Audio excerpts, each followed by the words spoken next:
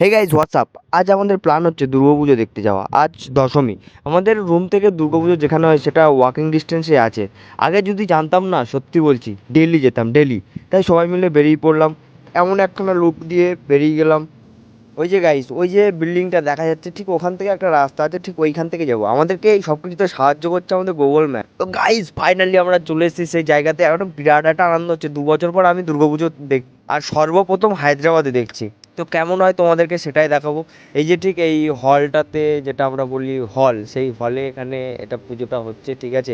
কিন্তু গাইস দুঃখের বিষয় এটাই যে আমরা আসার আগে সিঁদুর খেলা, প্রতিমা, বরণ সব কিছুই হয়ে গেছে। তো এখানে একটু কিছু ছবি টবি তুলবো এবং আশপাশটা একটু ঘুরে টুরে দেখবো কেমন। ঠিক ওই যে স্টেজটা আছে ওখানে, ঠিক নবমীর দিনই একটা প্রোগ্রাম হয়েছিল, বাংলার প্রোগ্রাম, কিন্তু আমরা দুঃখের বিষয় খবরটা জানতাম না বলে যেতে পারিনি। বাইরে বেশ ডেকোরেশনটাও না বেশ দারুণ করে, দারুণ। এবারে আমরা আস্তে আস্তে এগোবো কলকাতা ফুড প্লাজার দিকে, দেখি ওইদিকে কেমন কী খাবার দাবার আছে। তারপরে একটা করে আমরা রোল টোল খেয়ে যে বাড়ির পথে চলে আসলাম।